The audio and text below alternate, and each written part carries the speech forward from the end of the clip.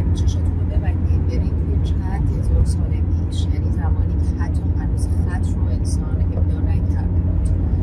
انسان ها همیشه به دنبال معنا بودن. چیزی که باعث تمایز انسان از حیوان میشه معناسازیه. انسان همیشه دنبال معناست، حتی موقعی که کارهای به شدت وحشتناک انجام میده براش یه معنایی داشته انجام میده و اگر انسان از معنا توهی بشه درگیر افسردگی ها، خودکشی ها و حرکات غیر معمول میشه و برای همین از انسان نیازمند معناسازیه. همین نیاز به معناسازی و چرایی هایی که انسان برای خودش مقرر میکنه باعث میشه که دست به روایت بزنه. کلا انسان راویه، برای همین هم از ما خواب میبینیم. توی خواب ما در اصل روایت میکنیم، یه ذهن داره روایت میکنه. انسان برای اینکه به چرایی هاش دست پیدا کنه و چون بنیه علمی نداشته و نتونسته بوده از قوه خردش استفاده میکنه برای اینکه به معانی که میخواد برسه با چرایی هایی که برای خودش پرداخت کرده چه کار میکنه؟ میره در درون خودش هر چیزی رو که تجربه میکرده برای چرایی ها ورود میکرده به بخش زیرین خودش، به بخش درون خودش و اونجا دنبال معنا بوده. به همین خاطر اسطوره خیلی اهمیت داره، چون انسان از عمیق‌ترین قسمت خودش اومده و اون رو مورد ارزیابی قرار داده و علتهای اون رو سنجیده. برای همین برای ما مهمه که اسطوره‌ها برای چی اهمیت دارن. این اهمیتش بخشش به خاطر همین ورود به عمیق‌ترین قسمت انسان و در درون خودش هست. به همین خاطر در همین درون هم به واسطه اینکه ما انسان‌ها اون اسطوره‌ها رو به عنوان یک مرامنامه یا به عنوان مسلک در زندگیش کردیم، در درون همه ما نهفته است. یعنی هر انسانی در هر قومیتی بر طبق اون ساختار فکری که اسطوره‌ها ایجاد کردن زندگی کرده و جالب اینجاست که حتی گفته میشه ما الان اسطوره‌ها رو داریم زندگی میکنیم ولی فراموششون کردیم، ولی آدابش رو همچنان داریم اجرا میکنیم و زندگی ما در هر کجایی که باشیم و خواسته از باورهای اسطوره‌ای ماست، ولی به اجرا اومده اما چرایی‌هاش فراموش شده. ما میخوایم چرایی‌ها رو بهش بپردازیم، ببینیم که این اسطوره‌ها چی بودن که ما الان داریم تحت تاثیر اون زندگی خودمون رو تنظیم میکنیم، ولی اسطوره رو دیگه نمیشناسیم ولی داریم زندگیش میکنیم.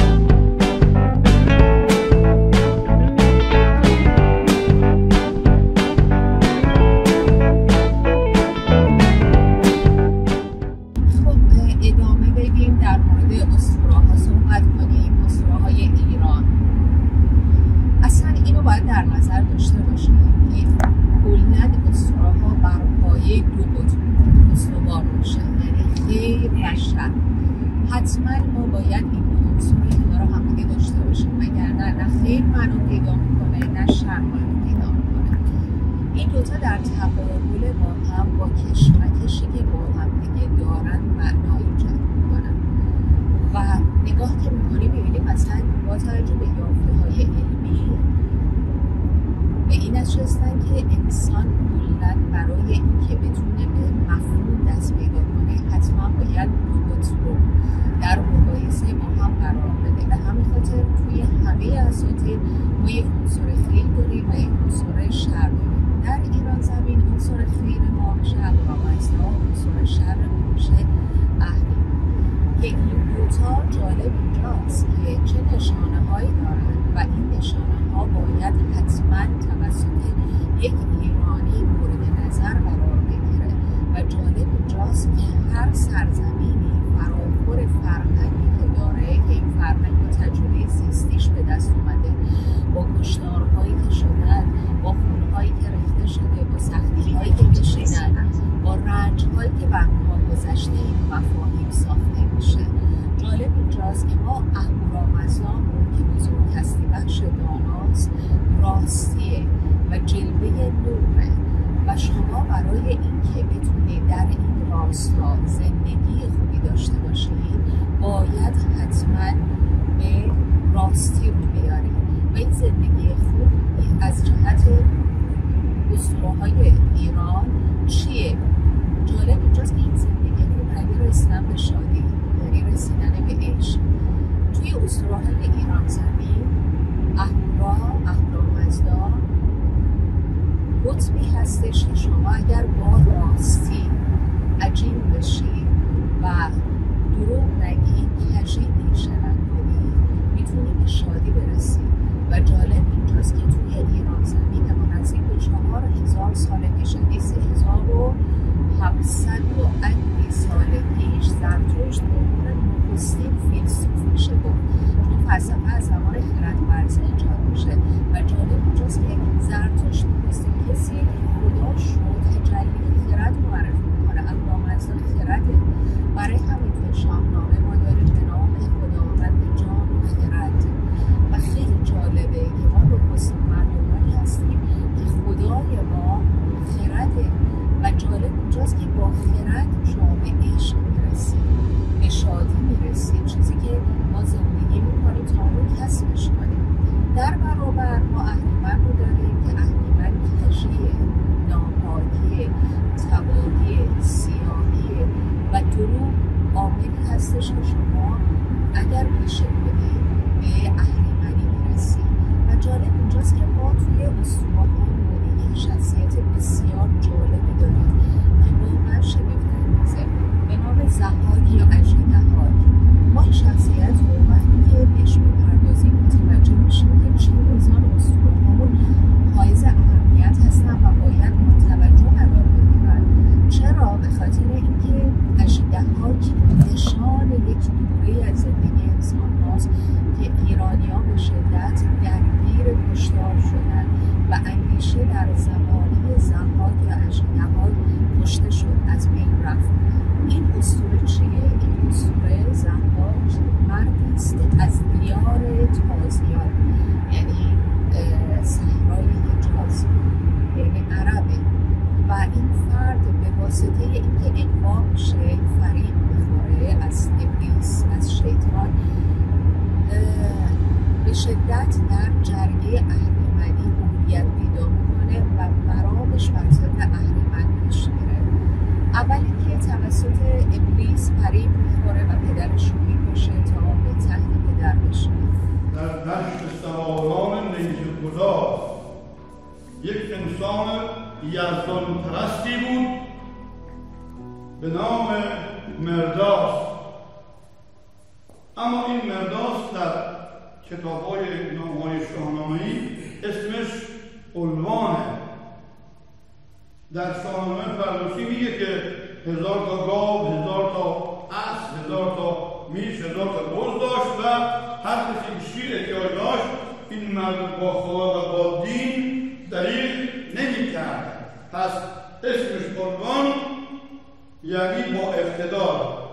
اینجا ابلیس اومد این مرد بزرگ، این مرد دینی شبها در باغ خودش بیاد نماز شب میخوند. ابلیس به پسرش ضحاک گفت که بابا این همه حشم، این همه مال، این همه منال یا برای کسی خوبه که استفاده ببره، شادخواری کنه.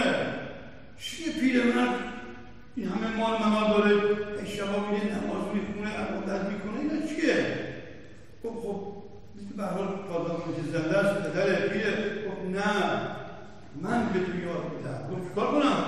بابا یه چاه میزنی سرش اینجوری استطار میکنی، تمومش کن، خودت میشی همه کاره. اولین انسانی رو که ابلیس از لحظه در میکنه این ضحاک. خب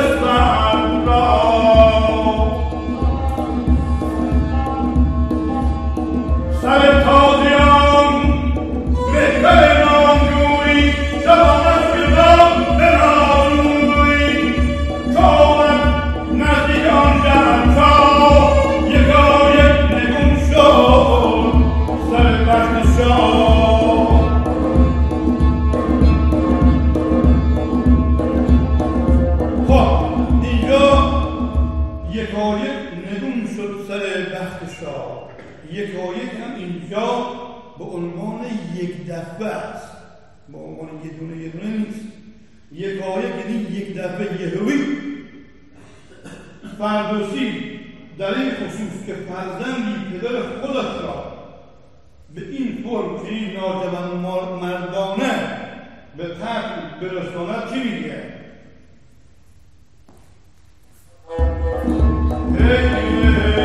که فرزند من گر بود نوشی به خون پدرم نباشد دلیل، اگر در نهانی سخن دیگر است پژوهنده را راز و مادر است. پسر جو را که از دست پدر تو بیگانه کن مکانش پسر.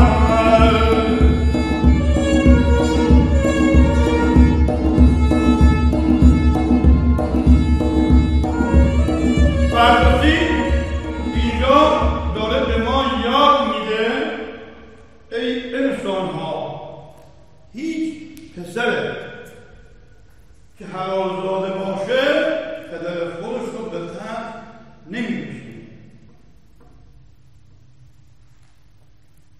که فرزند بد گر بود نرشی به خون پدر هم نباشد دلیل، مگر در نهانیش سخن دیگر است پژوهنده را راز با مادر است.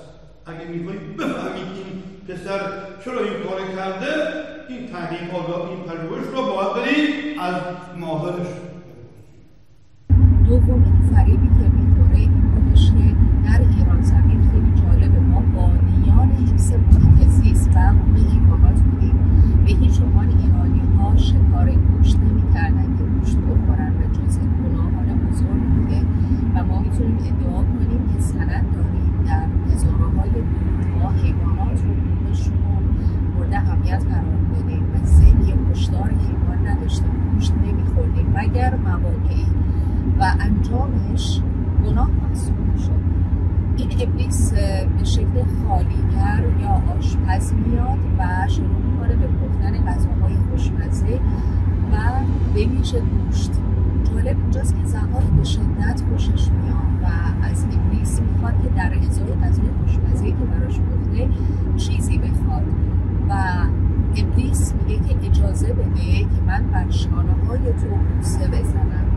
و جالب اینجاست که فردوسی عزیز به شکل خیلی ظریفی اشاره میکنه که ابلیس درخواست رابطه جنسی میده، چون توی شعر فردوسی هستش که از پشت با اون جفت میشینن و بر شانه اون بوسه میزنه و بعد از اینکه بوسه به شانه اون میزنه یک دفعه دو تا مار سهمگین از روی شونه های زهاک بیرون میاد.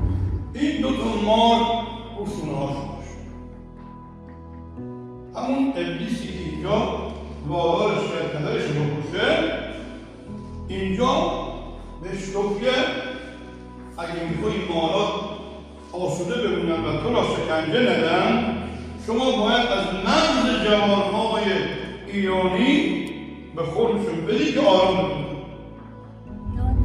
و شروع میکنه به تحقیق کردن سر ضحاک و ابلیس ناپدید میشه.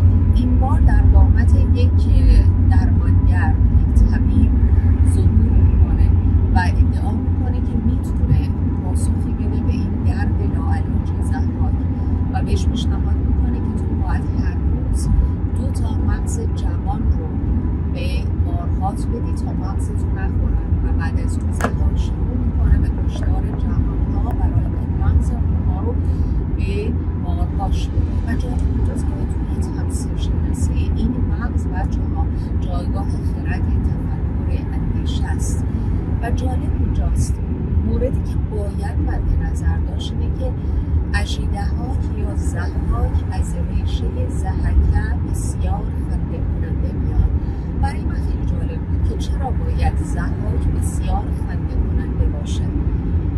تا اینکه تو اسطوره‌ها بیشتر رفتم دنبالش و متوجه شدم چیزی که باعث میشه که ما ضحاک رو از فعال به عنوان زیاد خنده کننده در نظر بگیریم اینه که اگر توجه کرده باشید در مورد اسطوره ایران که گفتم اهورامزدا شادی در راستای گام برداشتن در راستی که باید پیشه کنیم، در قبالش ما کجی رو داریم، ناراستی داریم و سوگ. در ایران زمین دوستان سوگ اصلا هیچ اعتباری نداره. شما در هیچ شرایطی نمیتونید به سوگ بپردازید. سوگ کار اهریمنان هستش و جالب اونجاست که ضحاک اهریمن اشیده‌هاش گفته میشه به معنی اهریمن. ما میبینیم از واژه ضحاک بسیار خنده کننده استفاده میشه و جالب اینجاست این اصلا یک مرامنامه است دوستان که ما هر چقدر از راستی فارغ بشیم و راستی رو پیشه نکنیم درگیر سوگ میشیم. و جالب اینجاست که شادی رو اهدا میکنیم. شادی میشه از آن اهریمن که میخنده و ما سوگ رو میگیریم. یعنی اگر توجه داشته باشیم توی ایران زمین ما 2 عنصر شادی و سوگ داریم. اگر شما راستی پیشه کنی، اگر شما درست زندگی بکنی برای محور خرد میرسی به شادی. ولی اگر که راستی پیشه نکنی، کجی راه تو باشه، درگیر سوگ میشی. روزی مغز 2 جوان از جوانهای ایران زمین رو به خورد این مارا میدادن. حالا فردوسی میگه که 1-2 نفر اومدن به نام ارمایین و گرمایین که بله ما خالیگر هستیم، ما آشپز خیلی خوب هستیم. اینا به فروشخانه اومدن و به جای 2 جوان روزانه 1 گوسفند سر می‌بریدن. خلاصه بعضی خودتو گوسفند و اون جوان‌ها رو هر ماهی مثلا 30 نفر 40 نفر می‌شدن از راه مخفی می‌بودن شما که باید برید تو. اگه برگردید مثلا برید تو مثلا همون شهر خودتون اصلا بعض وقتا 1 نفر گرفته بودن شکل قیافه مخفی که برگرده می‌دونن که خودش خب باید برید شما چیزی نمی‌بینید. اینهایی که رفتن جمع شدن اونجا هر وقت می‌شدن مثلا 200 تا گوسفند هم بهشون می‌دادن اینا بدن جایی کسی اینها رو نبینه. فردوسی میگه کنون کرد از آن تخمه دارد نژاد که از آباد بومش هم میشیاد. نمیدونه اصلا بچه کجاست.